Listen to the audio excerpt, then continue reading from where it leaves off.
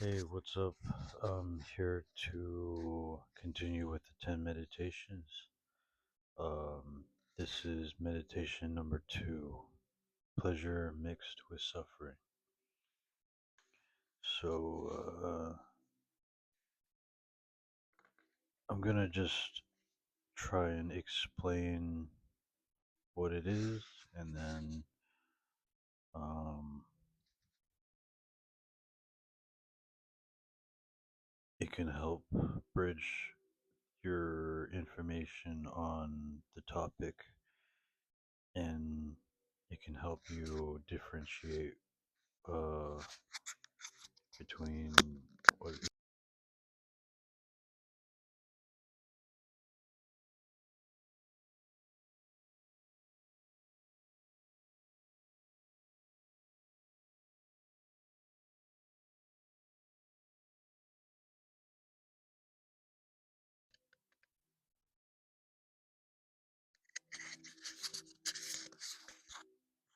Well, hopefully that didn't turn off my mic. Uh, Anyways, I'm going to explain what what the topic is, and then uh, hopefully it bridges the information in the right place. There's For the aspect of meditation, I would just try and sit quietly, breathe deeply for 2 or 3 minutes. This meditation is mostly on, I don't know, it would be categorized as bullying or guilty pleasures or negative self help, uh, something along the lines of that. It's called pleasure mixed with suffering. So that would entail something kind of like guilty pleasure, pleasure mixed with suffering. Uh, Smoking could be like pleasure mixed with suffering because, smoking is not good for somebody, and I smoke too much, and that's the reference, But it's not that difficult. Once you start to understand the topic more, you'll start to use this information a little bit more usefully, I guess. When you are very aware of, let's say, the way things affect others, it can help uh, extend your kindness towards something that you never understood before, which could be your thoughts, which could be your actions, But I'm going to get right into it. Uh, so try and hold this information close, and maybe, um, maybe one of these explanations can help you bridge the gap between um, certain things, I guess. So I would categorize pleasure mixed with suffering, something like bullying or guilty pleasures, negative self-help. There's a word for something like that, which is Schadenfreude, which is called harm joy. It is the experience. Hold on, let me fix my mic.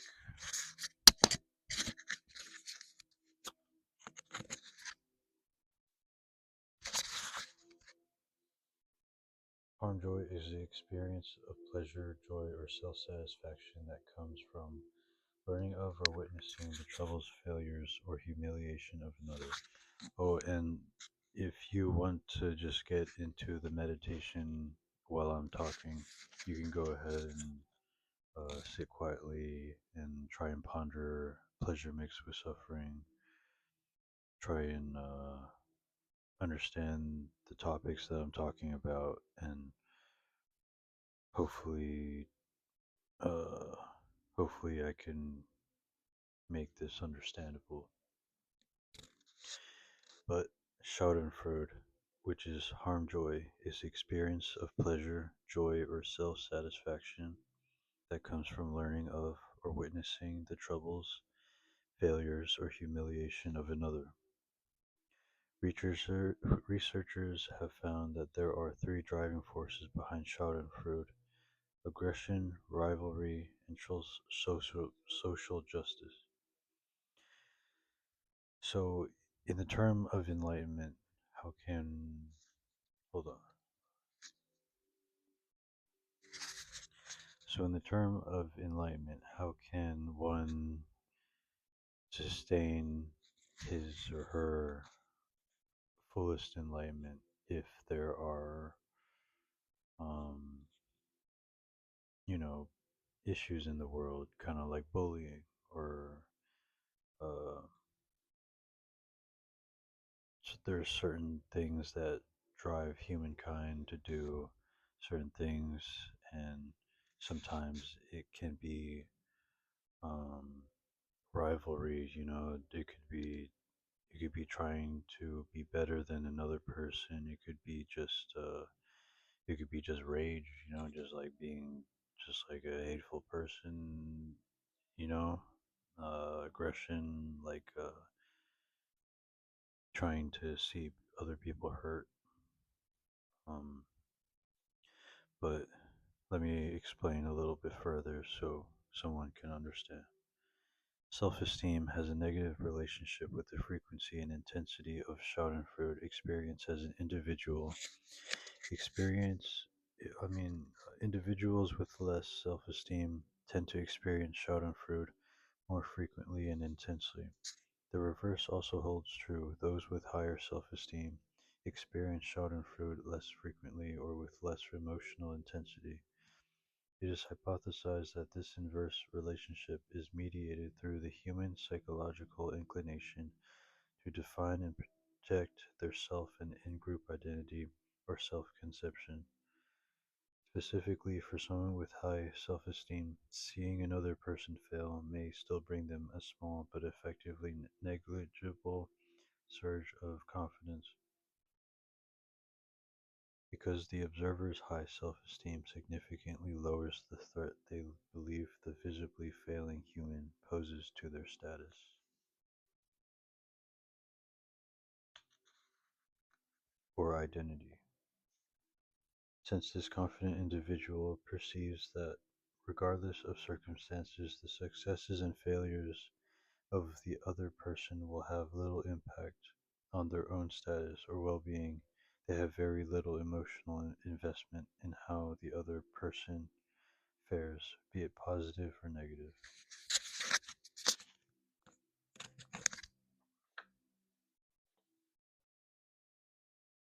Conversely, for someone with low self esteem, someone who is more successful poses a threat to their sense of self, and seeing this mighty person fall can be a source of comfort because they perceive a relative improvement in their internal or in-group standing. So there's three types. So aggression that I stated before, rivalry, and justice-based Schadenfreude. Aggression-based Schadenfreude primarily involves group identity. The joy of observing the suffering of others comes from the observer's feeling that the other's failure represents an improvement or validation of their own groups or in-group status or relation to external out-group groups. This is essentially Schadenfreude based on group versus group status. Rivalry-based Schadenfreude is individualistic and related to interpersonal competition. It arises from a desire to stand out from and outperform one's peers. This is Schadenfreude based on another person's misfortune, eliciting pleasure because the observer now feels better about their personal identity and their self-worth instead of their group identity. Justice-based schadenfreude comes from seeing that behavior seen as immoral or bad is punished. It is the pleasure associated with seeing a bad person being harmed or receiving retribution. Schadenfreude is experienced here because it makes people feel that fairness has been restored for a previously unpunished wrong. Uh, so adults conceal this. Another way to describe pleasure mixed with suffering is guilty pleasure. So kind of like how somebody would just pick on somebody and think that it's right, think that those things matter, but um, it kind of just defeats the purpose of anything really, like of life, of being right, being a good person. A guilty pleasure isn't an activity or piece of media that someone enjoys but would be embarrassed by if other people found out about it. So um, it could also be like bullying. Uh, but I also wrote something for this so you can better understand the meditation, not just the topic. Pleasure mixed with suffering is a tangled thread in the human heart. Guilty joys like schadenfreude, where another's pain sparks a fleeting thrill, or self-inflicted wounds through negative self-talk, bullying others or indulging in harmful delights. These moments reveal a hidden quality, joy tainted by hurt, often rooted in insecurity or disconnection. Scientifically, this blend stems from brain circuits linking empathy and reward, where dopamine surges from comparison but comes from emotional residue. Spiritually, it's a call to unravel the past, transforming twisted pleasure into pure compassion. Meditating on this cultivates awareness. Recognizing others' suffering awakens kindness, urging you to be authentically helpful, igniting passion for positive change. For processing bullying, sting, or guilty highs, you foster empathy that ripples outward, shifting personal habits to world-healing actions, guiding towards Sotapanna's clear stream. So I would say, sit quietly, breathe deeply, in and out, and if any thoughts seem to tangle with, pleasure mixed with suffering, like address how, you know, like visualize a mixed moment, shout and fraud, smirk, bullying, jab, or negative self-talks. But so you didn't see the first video. I had to AI the meditating part because it's kind of like simple. I didn't want to write it down. It was just like a bunch of like, breathe deeply, sit quietly, But is the best way I can explain it. But visualize the mixed moment,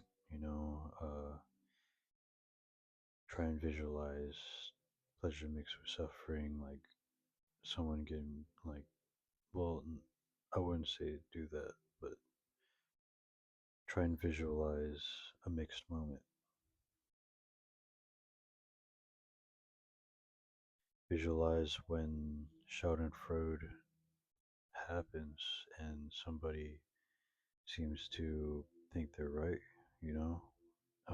Reflect what suffering feels this pleasure.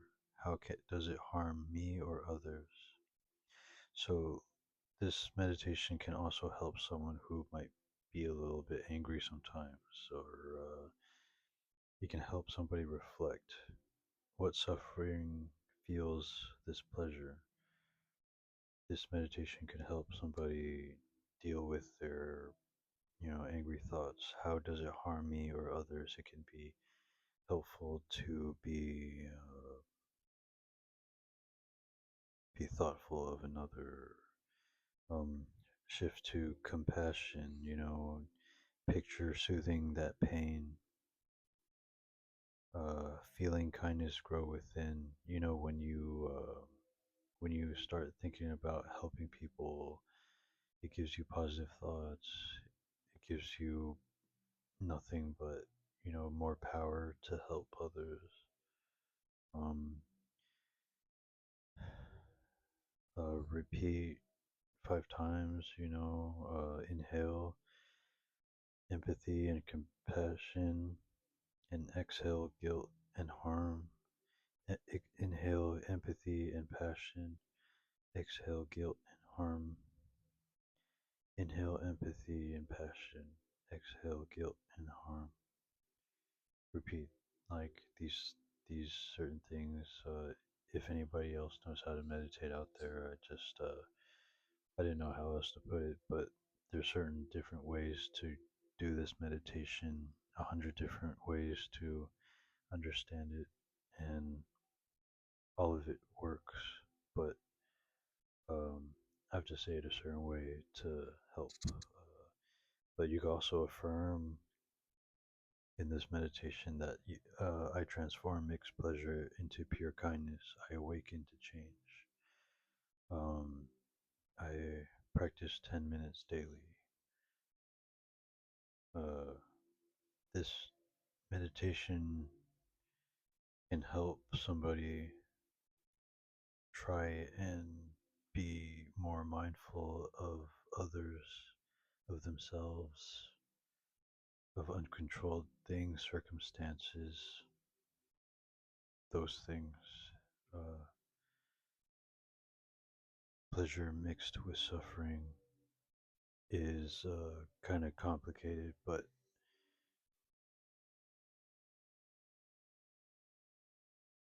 the more we realize the suffering that goes into all of it, it can, you might awaken the world. But yeah, that's the best way I can put it. Um,